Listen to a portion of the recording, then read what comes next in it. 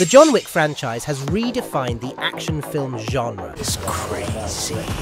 With each new installment costing more than its predecessor and yet still quadrupling its initial investment. Just like The Matrix, John Wick has its own set of principles. It has its own style of fighting scenes, with its own style of stunts, and it follows its own rules for lighting, executing, and capturing those scenes. And just like The Matrix, each new John Wick installment is bigger, more extravagant, and more expensive than the one before. But unlike The Matrix, each installment of John Wick actually improved on the previous one. And this is because the John Wick franchise has remained true to its filming principles, no matter how complicated the scene was or how hard it was to achieve. In general, Hollywood action scenes tend to be close-up, quick and snappy, and the main reason for this is to add speed and energy to the sequence. John Wick's action is generally steady wide shots with as few cuts as possible, and this makes them easier to follow, more dramatic and visually pleasing. But it also means that every actor has to be extremely well trained and every scene has to be incredibly well planned. And this perhaps can be seen most clearly in the Paris house scene, otherwise known on set as the top shot.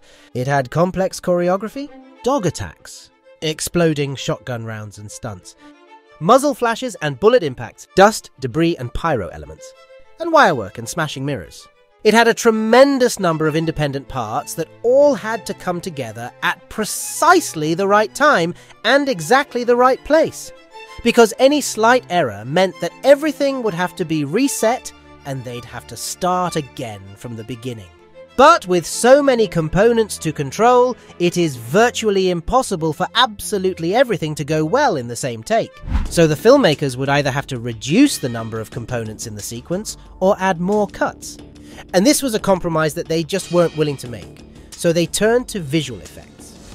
On set, they decided to use plug-fire cap guns. These are prop guns that for safety reasons don't fire blanks, but they do recoil and eject cartridges. The VFX teams would then have to add the muzzle flash and smoke in post and time it to these cartridge ejections. In fact, most of the scene's pyro effects were left to the VFX teams. The smashing mirrors were just framed green screen fabric on set, and later replaced with practical elements that were filmed independently. And the flying papers, debris and blood were also added afterward. By handing over all of the dangerous, the complex and the unpredictable elements to the VFX team, the filmmakers could concentrate on the fight's choreography, framing and timing, making sure that everything happened when it needed to, and that it coincided with everything else. The Arc de Triomphe sequence was another example of the John Wick filmmakers' unwillingness to conform for less. Even though they managed to get permission to film in places like the Garnier Palace Opera House, the Louvre, the Sacred Heart Church, and the Versailles Palace, the Arc de Triomphe was a different story. 12 major roads converge on this 8-lane roundabout that sees hundreds of thousands of vehicles daily. This meant it would be virtually impossible for them to get permission to film there, let alone shut it down completely to be able to perform the car stunts safely. But instead of changing their plans and sourcing an easier location, once again, they turned to the VFX team. Rodeo FX had to meticulously recreate every detail of the Parisian roundabout, including cobblestone roads. They began by building the assets using all the data they could find online, including a LiDAR file of the Place de l'Étoile. Then they set up a template of the Arc location at the Tempelhof Airport in Berlin, where principal photography was going to be shot. Then they took the footage they shot at Tempelhof and transported it into their CG Arc de Triomphe world. They tried to keep as much of the original footage as possible, keeping Keanu, the Barracuda and the other stunt drivers and cars intact. Rodeo FX was even able to mix the concrete into the cobblestone in areas allowing them to keep practical water spray and to avoid needing CG wheels or CG broken glass. But even so, they still had to use 2 different car simulations for the cars in the background and hand animate the approximately 1,500 cars in the foreground and middle ground that interacted with the stunt cars. The goal was to keep as many stunt vehicles as possible to drive the action of the sequence.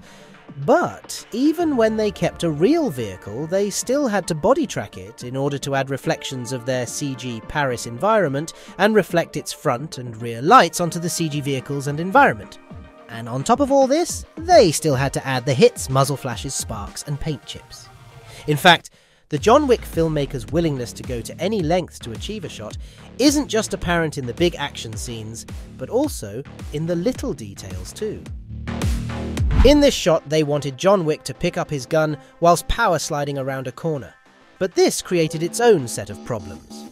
First, Keanu had trouble knowing where the gun was as the car passed over it, so they drew a white line on the road so he had a reference point. Then he had trouble grabbing it, so they stuck Velcro to the gun and gave him a Velcro glove. Then they had to repeat it until they got it to look smooth. And then the VFX teams had to replace the Velcro glove with a CG hand and remove the white chalk line. Another little detail was in this scene. When they filmed it, it was actually foggy and the top of the tower couldn't be seen. However, during a test viewing, the audience thought that the VFX teams had forgotten to put the spire in. So the spire you're seeing here is actually CGI. And the train in the Paris subway scene looked too clean to belong in the Wick universe. So they added CG graffiti. A large part of John Wick's success comes from knowing exactly when and when not to, and exactly how and how not to use visual effects. And this can be summed up most simply in this stunt where John jumps out of a window and falls onto a van.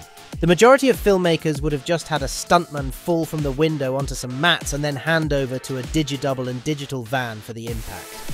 But John Wick actually had the stuntman perform a second jump straight onto the van from lower down, and the van had special pistons installed to make it crumple inwards. VFX were only used to stitch the jump from the window and the jump onto the van together, and to add some CG glass to help sell the impact.